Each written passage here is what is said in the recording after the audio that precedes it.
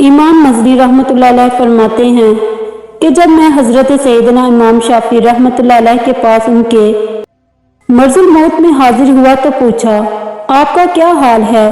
فرمایا، دنیا سے رخصت ہونے والا ہوں، دوستوں سے جدا ہونے والا ہوں، موت کا پیالہ پینے والا ہوں، اپنے برے اعمال سے ملنے والا ہوں، اللہ عز و جل کی بارگاہ میں حاضر ہونے والا ہوں، اور مجھے یہ بھی معلوم نہیں کہ میری روح جنت میں داخل ہوگی کہ میں اسے مبارکباد دوں یا جہنم میں ڈالی جائے گی کہ اس سے تعزیت کروں۔ پھر آپ رحمت اللہ علیہ رو دیے اور یہ اشعار پڑھنے لگے جن کا ترجمہ کچھ اس طرح ہے: جب میرا دل سخت ہو گیا اور میرے راستے تنگ ہو گئے تو میں نے تجھ سے معافی کی امید کو واسطہ بنا لیا ہے۔ مجھے اپنے گناہ بہت بڑے لگتے ہیں، مگر اے رب عز و جل، جب میں نے ان کو تیرے عفو درگزر سے ملایا تو تیرے عفو درگزر کو بہت بڑا پایا۔ تو ہمیشہ میرے گناہوں کو معاف کرتا رہا، تو نے ہمیشہ جود و کرم کے ساتھ مجھے معافی عطا فرمائی۔ اگر تیرا یہ کرم نہ ہوتا تو ابلیس سے کوئی عبادت گزار نہ بچ پاتا، کیونکہ اس لعین نے تیرے صفی حضرت آدم علیہ السلام کو بھی بہکانے کی کوشش کی تھی۔ میرے اسلامی بہن بھائیوں، جلد از جلد گناہوں سے توبہ کر لو اور ان کے نقش قدم پر چلو جنہوں نے توبہ کی اور بخشش پا گئے، اور جنہوں نے اپنے آپ کو رضا الہی عز و جل کے حصول میں تھکا دیا۔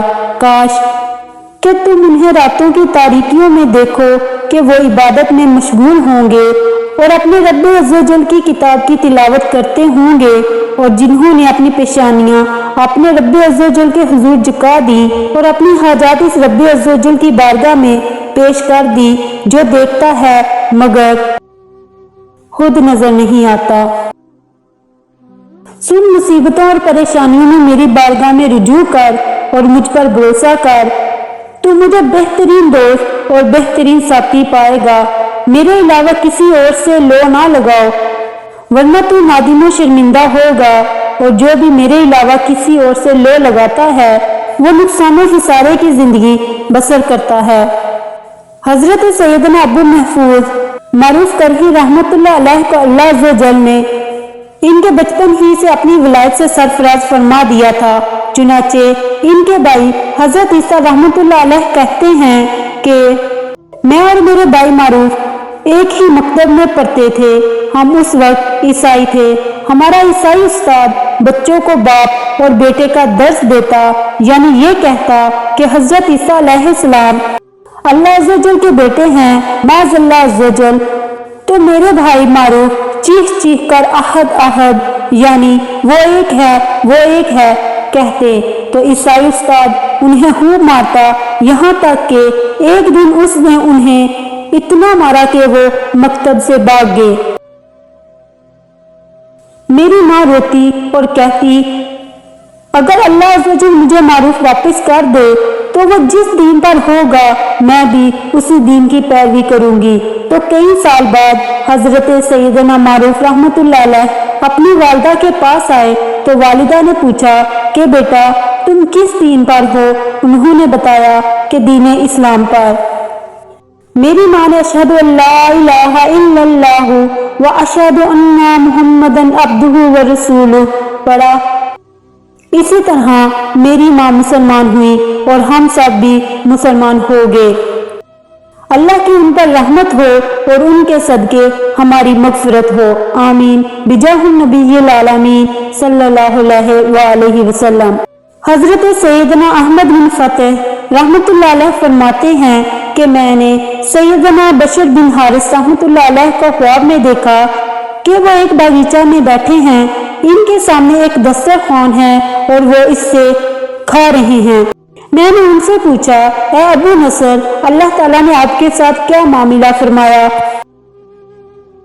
جواب دیا، اس نے مجھ پر رحم فرمایا اور مجھے بخش دیا اور ساری جنت کو میرے لیے مباح فرما دیا، اور مجھ سے فرمایا کہ جنت کے ہر پھل سے کھاؤ اور اس کی نہروں سے پیو اور اس کی نعمتوں سے فائدہ اٹھاؤ کہ تم دنیا میں اپنے نفس کو خواہشات سے بچایا کرتے تھے۔ میں نے پوچھا کہ آپ کے بھائی حضرت سیدنا احمد بن حنبل رحمۃ اللہ علیہ کہاں ہیں؟ فرمایا کہ وہ جنت کے دروازے پر کھڑے ہیں اور ان سنیوں کی شفاعت کر رہے ہیں جو یہ کہتے تھے کہ قرآن اللہ عز و جل کا کلام ہے، مخلوق نہیں ہے۔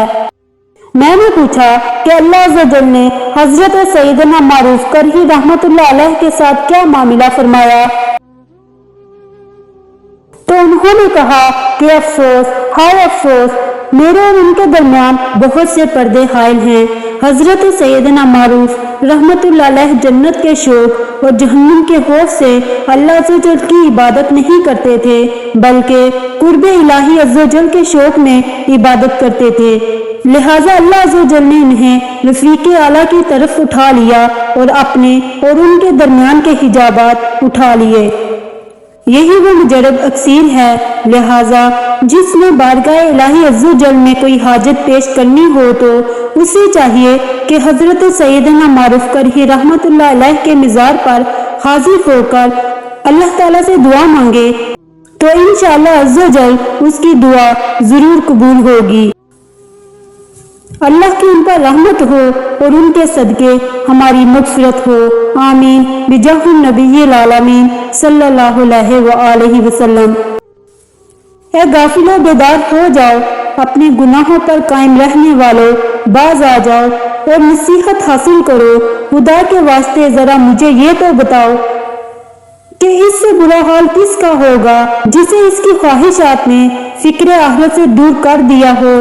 اس سے زیادہ خسارہ پانے والا کون ہوگا جس نے اپنی آخرت دنیا کے بدلے بیچ ڈالی؟ یہ کیسی غفلت ہے جو تمہارے دلوں پر چھائی ہے، یہ کیسی جہالت ہے جس نے تمہارے عیبوں کو تمہاری نگاہوں سے اوجھل کر دیا ہے۔ کیا تم اپنے ارد گرد موت کی تلواروں کو چمکتے ہوئے نہیں دیکھتے؟